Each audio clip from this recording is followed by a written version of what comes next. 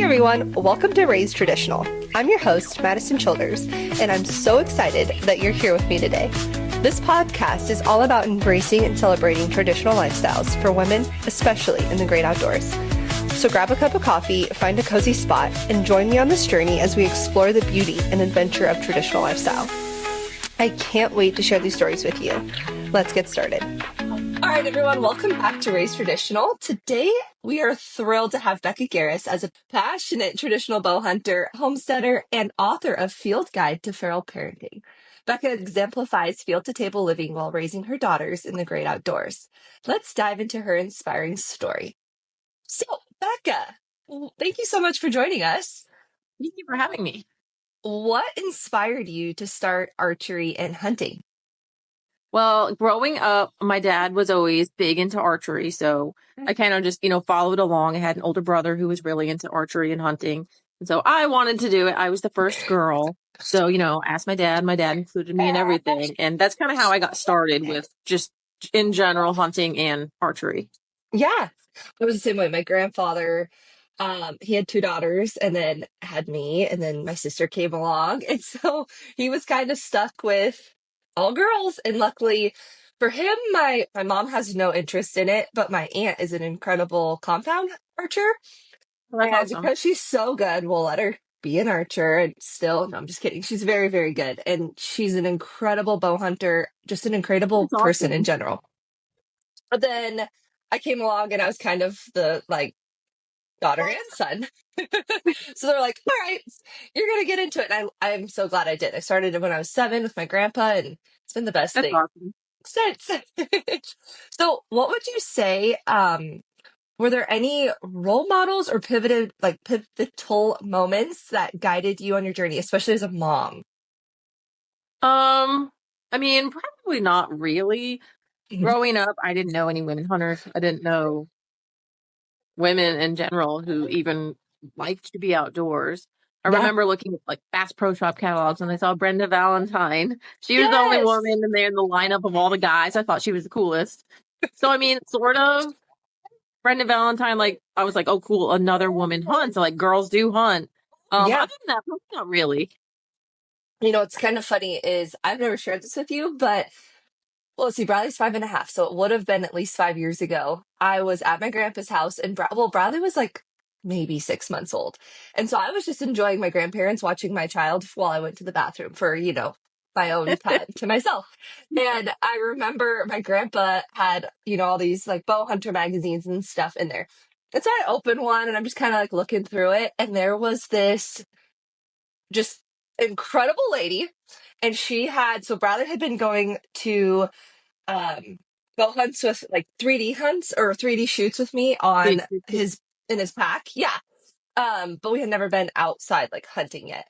But here was this awesome lady who had her daughter in a pack, and she was posed up with a deer. And I can remember like 5 years like later, it was you with your daughter, and I can remember thinking like, holy cow, this lady hunts with her kids. Like it's doable. And Bradley was about 3 before he finally like could quiet enough to do it. But it was that moment for me that was so huge. And it was you that like I can remember seeing and thinking, holy cow, you were the only girl in that magazine. And you were a stick bow and you had your kid. It was very inspirational. So I just wanted to share that with you because it meant a lot to I me. love that. Thank you for sharing. I You're love that. welcome. So that leads us into you carrying your kids on your hunts. You've taken them. I mean, how old were you, or how old were they when you started hunting with them? Isabella was 6 months old when she went on her first turkey hunt. So she was like pretty small. Yeah, that's amazing. What challenges do you find? Or I guess not necessarily challenges. We all know what challenges there could be, but what do you like? What have you found that works to keep? I hate to say it quiet, but like teach them to be quiet during your hunts. Well, when they're little, it's kind of easy because my girls both fell asleep in the pack, and then it was like, okay, so you just go hunting during Yeah, nap time, and then they're nice and quiet, and you just walk around and you have a quiet hunt. So it was pretty easy. It's when they very get a little nice. older and they like to talk. Um, Yes. so my older one, she was always a chatterbox. She talked a lot. So I would have snacks and stuff. I would hand back Yeah. to her, or even just like hand her Yeah. back a stick or leaf or something to keep her occupied. Hmm. Um, Elsie is quieter in general, so she hasn't been as difficult. She'll have like these spurts where she talks and stuff, but she's generally pretty quiet. So she That's has been cool. my slightly easier child to hunt with. Oh, I love that. But yeah. That's awesome. Yeah, Bradley, he is a chatterbox. And we started, so I took him turkey hunting last year. He actually did really good. But we spot and stopped. So getting him to walk quiet. Um, the same thing with elk hunt. He had fun, but his thing was his attention span. He had about maybe a good 2 hours, and he's like, "Can we be?" That's really good though. It That's is. really I good. mean, Like I'm happy. all of my hunts, I feel like are so short, and people think that I'm Mhm. out there hunting for hours. No, because my kids don't last that long. I just do And what I can, and sometimes that's enough. You don't need a lot yep, of time every time. So yeah, my hunts are pretty short, and I'm not sure that other people realize how short sometimes they really are. it's a really good point. I think that's really it's so hard with social media because everything is perception, right? Oh And yeah, so exactly. it's so true. I mean, people would be like, "Oh my gosh, you can't believe you're taking your kid out into the freezing cold for hours." Yeah, It's like we go out maybe for 2 hours. The kid's eating, living his yes, best life, and I'm not gonna exactly. lie. He's got a wagon and fuzzy blankets and cereal and his iPad and some headphones. I mean, the kid's loving every second of like this is his best life. They're living better lives than we are. No kidding. I'm like, can I get in there with you? Yeah. Like they're not the ones that are having to walk around. We're the ones that are walking around carrying I everything. could let him around. Well, what that gets us in. So you had a lot of really good tips right there in the parenting side and hunting with them. What motivated you to write your book, Field Guide to Feral Parenting? I kept getting like the same questions repeatedly on Yeah, social media. So I thought, maybe I can just compile everything that I've learned, things that I think might help other parents, put them all together into a book, an ebook yeah, generally. Um, and maybe that would be more helpful. So that's what yeah, I did. And it took me I felt like it was a lot of work for what it was, but I'm like, you know what? I'm just going to do it anyway. So yeah. I put it all together and hopefully it's helped some people. What themes do you want or do you hope that your readers take away from it? Just basically the biggest theme for me is don't feel like just because you become a parent that like you're limited, you can't do all the things. I know there are some things you can't do, Hmm. you have to keep Hmm. your kid safe, but for the most part, outdoor things, you can bring your kid along. Yeah. You may have to slightly alter how you do things, but Hmm. um, being a parent doesn't mean you can't go out and do things that you enjoy. Yeah. So that's basically the general takeaway from my book that I hope that people realize they'll read it and be like, oh, hey, being a I can do parent, I can still this. do it. Yes, exactly. Yeah. Yeah. We did that same thing. I always tree stand hunt for whitetail here in North Idaho. Yeah. And I still set it up and I did it a few times, but we ended up getting a blind and I switched my bows around. So I had one that would clear, a blind. And it was a cool, intimate experience with my son. And a lot of people judge a hunter based on their harvest. Oh, yeah, they and definitely do. and for us, it's like, okay, this is part of the experience right now. Like that's what I'm in it for. Yep. Are we gonna get something? Probably not. Are we gonna see something? Maybe. But oh my gosh, my kid keeps asking me, when are we gonna go set up the bear bait? When are we gonna go? Can I go bear hunt with you this year? And I'm like, well, and my husband and I are talking about, we're like, okay, we could get a 2-man ladder stand. We could set it up lower to the ground, take some rungs out of it. They make cute He's probably harnesses. old enough now. Yeah, he's gonna be 6, but he is so involved in it and all. And I mean, the kid can climb a ladder. Like, no, there. It's a matter of you need to sit still. But we Yeah. put him on a chairlift, and I'm like, okay, so treat this like a chairlift. Don't fall. And obviously, you'd have a harness and everything. But we're kind of contemplating that this year. And people always say, like, oh, I can't believe you take your kid bear hunting with you. That's just so dangerous and irresponsible. It's like you can run into a bear anywhere. Like, You could. at least we're At prepared. least when you're bear hunting, you're prepared for a bear to walk in. Exactly. So we're going to transition a little bit. Well, yesterday I loved your picture of you standing ankle deep in mud, but you do a lot of homesteading. So Me too. how does hunting and gardening fit into your lifestyle? I've kind of always done the hunting thing, but gardening was actually somewhat new. Um, Okay. my parents gardened when I was a kid, so I just sort of familiar with it. Then I did a lot of farming through college. I Hmm. worked on farms. Oh, neat. And then I had my first garden, I think the year after I had Isabella, because we moved to like a little farm. Okay. We had land, we had about 5 acres. That's awesome. And so I started for my first garden, and then I just loved it so much. So every year I have a garden, and it just keeps getting bigger and Bigger bigger. and bigger. Um, yeah, but I love it. It's something to do like in the summer, and the girls Yeah. love it. So it's been fun. Well, and it's neat. You're teaching your family incredible sustainability. And I Exactly. mean, I feel like it's important for my girls to know that stuff too. I mean, they yeah, don't have to do that as an adult, but at least they will know how to do it as an adult. right. And I mean, I started planning out certain things. I look at what Bradley eats a lot of, and I'm like, okay, we can grow blueberries on a blueberry bush. And Yeah. okay, we can grow some strawberries and some potatoes and some tomatoes and green beans. We can can our green beans. And I was like, even if I have a small garden, but I'm utilizing what we eat the most, and I'm not having to buy it in the store, and I can trust more of Exactly. where it comes from. So I'm going down that rabbit hole of like, oh my gosh, what's on our food? What's in our food? Yes, especially for me, fruit. Like I planted so much fruit this spring because the girls go through so much fruit and it's so expensive. So I'm like, So expensive, my and it goes goal. bad so It fast. does. I know it does. But I mean, I'll buy like $5 worth of blueberries. It'll be gone in one day. Yeah, that's so Jeez. true. I know we'll do the same thing, and I'm like, you need to like. It's that Ration it. fine line of rationing it, and then it goes bad. I'm like, okay, so we can ration just a little bit Yeah. less this next time, or exactly. Yeah. Oh, I love that. Okay, so as a mother, introducing your daughters to archery and hunting, what challenges have you faced? I would say not that many challenges when it came to that. Both Mhm. girls showed a giant interest at a young age. Isabella was, I want to say 2.5. Okay. And then I started like showing her how to shoot. And then by the time she was almost 3, I think she could shoot all by herself, which was So really young. awesome. And we would Hmm. go to the local 3D range and people would just look at me like, wow, she's gonna shoot that bow. Like the bow was taller than her. It was so cute. And Elsie, she started showing interest a couple months ago, and she's not even 2.5 yet. So like she'll go out and shoot with me. So I've seen that. it's been really easy, like introducing them. I don't know if they'll like stay interested as Hmm. they get older. I hope they do. But Yeah.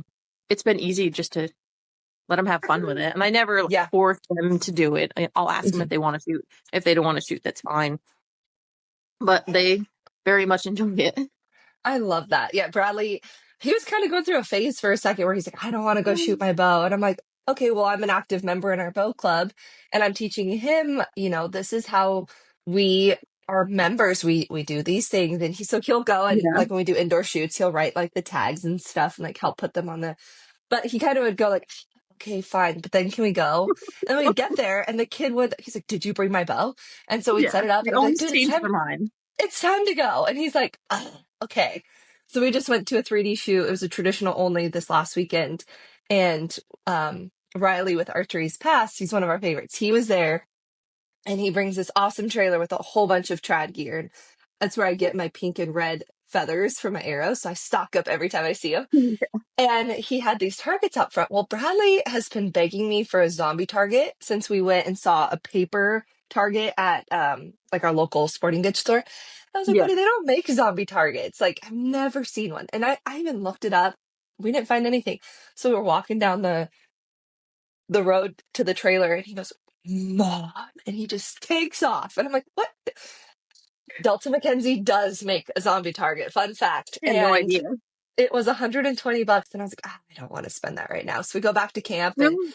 For a it's target, that's not too bad. and it is like probably at least 3 feet tall. It was a great deal. Don't get me wrong, but I was like, "Ah." My grandpa goes, I've been waiting to find something for his birthday. Let's split it. I was like, okay. So we have it set up in the backyard. I'm sure my neighbors just absolutely love seeing that. but it's set up and every day after school. Can we go home and shoot my bow? I'm like, Aw, yes, I that's love so that. cute. So finding certain things just for them to shoot at that they love is a huge key Oh too. yeah. Who Yeah, knew? I fully agree.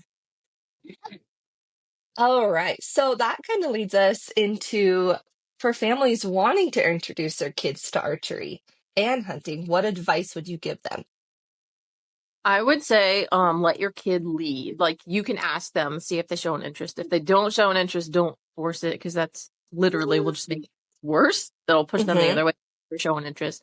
So I feel like just wait until your kid's ready, and when they do show interest, let them lead everything. Essentially, if they Yeah. want to go hunting with you, bring them along on some hunts, but don't force anything. And the same with archery.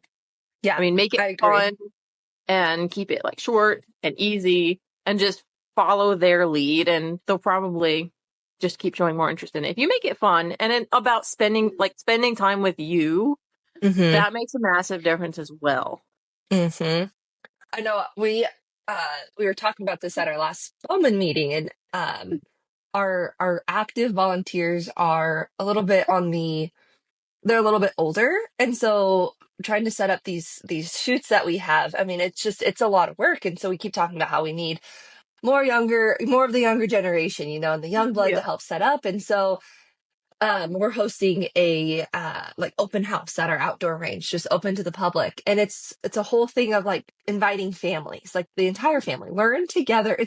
There are very few things. There's maybe pickleball and golf and I guess fishing, but there's very few activities out there that are multi-generational. It's Yeah, me, I my agree. grandpa, and my son. And so to have that option to learn something new together, and I think that is such a cool thing for kids to witness as, their Yeah, I parents agree. being vulnerable. Yeah, I fully agree. That's really cool. Yeah. So I'm hoping that, it works out for everyone and that people want to come. But I think that's the key is getting families involved Yeah, together, like you said. I agree. That makes a big difference, especially to younger kids. Yes. And I think that's perfect what you said, just letting kids explore it at their own pace. Yeah. Um, and keeping it short for starts.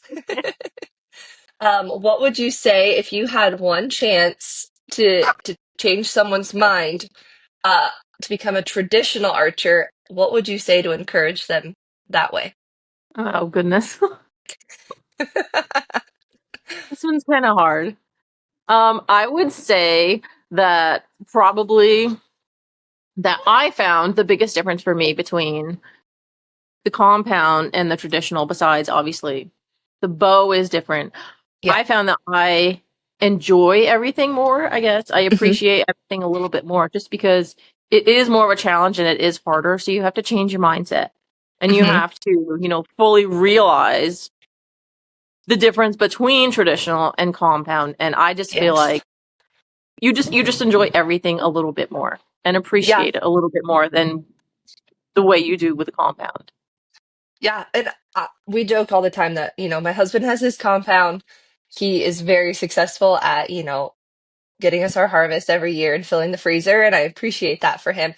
And I will never, we joke. I mean, if you're listening to this podcast and you don't know anything about traditional archery, it's always just kind of a light joke between trad and compounders. But the truth is, I mean, what those bows can do is just absolutely incredible. And it's for people, especially who are using them for hunting and to be successful. I work full time, so I don't get a lot of time to hunt, unfortunately. And so we Yeah. need those, we need him going out with that compound bow and being successful for us. So I would agree. I think that for children, if you're getting into it, even as an adult for the first time, traditional is just a lot less intimidating up front. For me, when I first started shooting a compound, and I'd been in archery for probably 15 years at that point, I still felt so intimidated because I didn't understand all the parts and pieces. And I'm Yeah. somebody who likes to be in control. And so at least I can look at my bow and be like, oh, this is off. Or, hey, this, needs to be adjusted. Or my string, or, whatever, my arrow's not quite. But when it comes to a Yeah. compound, there's so many parts to it that I'm like, oh no, if this breaks or if this happens, I don't know what Yes. to do. There are so many things that can go wrong with a compound, which is Yes. why when people ask me, like, what bow should I start my kid on? I always recommend traditional because Hmm. it is so simple. It's literally just, Aim and a shoot. stick and a string essentially, and there's a lot less working parts. And it's a lot Yes. less confusing for a kid. You knock your arrow and you grab the string and you shoot it. Yep. And with a compound, you have your peep, not probably not with a little kid, you don't have a peep sight. Right. But I But you mean, you have all still, these other contraptions on your bow, and yep. it's just more and it's more complicated. So I always recommend starting a kid with a traditional bow. And they can bump up to compound, Absolutely. Yeah. at some point, but I feel like traditional is way simpler for a kid, especially like a littler kid. Probably was 4. We were gifted a really nice compound bow, and we went into our archery shop and we, got it all, fitted and everything for him, and he could not get past the release. Like the release was so Yeah. nerve-wracking to him, and it was kind of freaky as a mom because as he's getting used to pulling it back, he was like hitting it too soon, and I could just feel like he didn't have near as much patrol, and he had been shooting Yeah. traditional for over a year at that point, so he knew what he was doing. um he still to this day doesn't even shoot with the glove. I mean, I've made him a little glove and he has Isabella no doesn't either. interest. And I'm like, are your fingers sore? Like, we will fling 200 arrows at some of these shoots. He's like, no, they're fine, they're kind of hard. I'm like, oh, they're calloused, got it. He probably Okay. has challenges then. But it's great because it's Funny. one less thing that gets in the way of, I think we have like a 5-step process, like check X, Y, and Z. It's literally Mhm. hit your anchor, fix your body, no pinky. Um, Gosh, I mean, that's pretty much, those are the main ones now. And deep breath, because he got into a habit of snap shooting. And so it's Yeah. okay. So I guess it's like 4 steps now and Yeah. done. And it's easy for a kid to learn. So, and some of us adults.